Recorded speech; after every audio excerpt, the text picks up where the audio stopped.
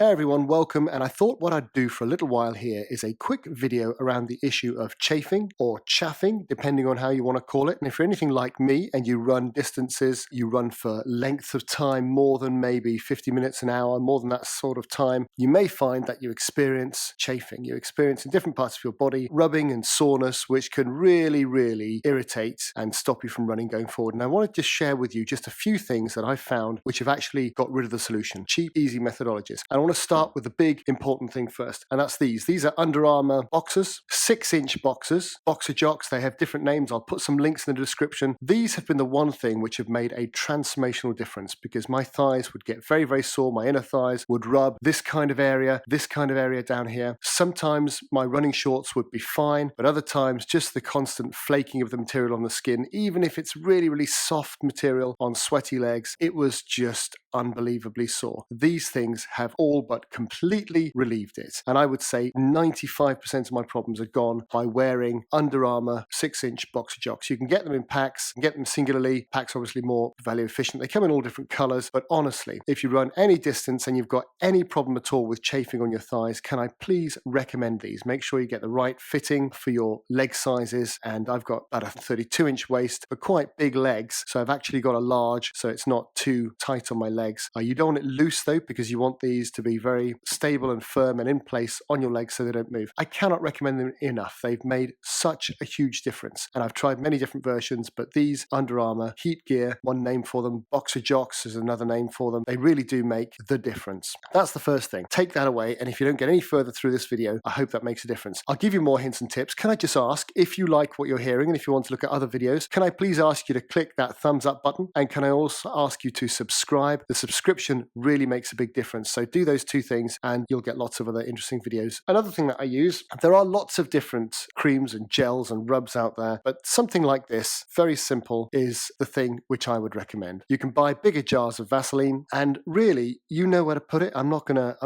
go through on the video necessarily and explicitly, but men, on your chest, basically things that can stick out. So on your chest, I just get a good thick blob of it, not a little bit like that, but a good proper thick blob like that, and stick it on each side so it sticks out and it rubs like that. That makes a transformational difference up there, and you don't have problems like that going forward. And also you might want to put it in other places below the waist. I still find that on my inner thighs up here, maybe these kind of areas up here, it can rub just a little bit occasionally, so I get rid of it by putting some there. And as I say, anything else that might stick out, that might get sore, you might want to put some of that on. You can spend an awful lot more money on shea butter and other things, and I know that there are some triathletes who swear by it because when you're in the water and out the water, different situations. But for me, that makes a huge difference. What I did try before I tried that was things like surgical tape. And surgical tape, yes, good idea, but I found that especially in the summer, I would sweat an awful lot and the tape would come off. And you can get even stronger surgical tape than this stuff. Problem you've got there, blokes, if you've got any hair at all, that's coming off when you pull that off. So that's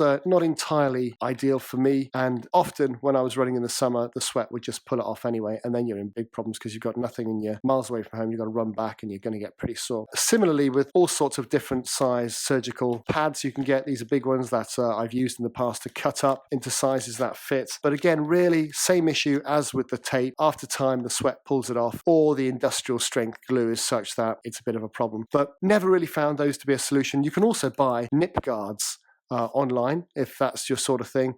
I tried them, and just like these, off they come after you get too sweaty, and or you've got to shave around the area, which again isn't particularly wonderful. The next thing I would suggest is for your upper body, be very careful what t-shirts you buy. The things that I've found that have really worked for me are things like Nike do a very good Dri-fit knit, and the Dri-fit knit material just seems to be of a quality that doesn't irritate, and that helps in and of itself. The other t-shirts I've got by Nike and by people like Under Armour can just, if I don't put any Vaseline on, will just make me sore within about 20-25 minutes. So again, be careful what t-shirts you buy. They aren't all the same. And even if they're all cotton or whatever, or the mix, actually it comes down to the weave, the way it's been woven together. That's the thing that really makes the difference. So look for something which is specifically aimed at runners, and you might have to fork out a bit of cash, but then you might not, because for example, I'll put a link to these in the description, but this particular lovely t-shirt here that I use for running, and this is another Under Armour Heat Gear t-shirt, very good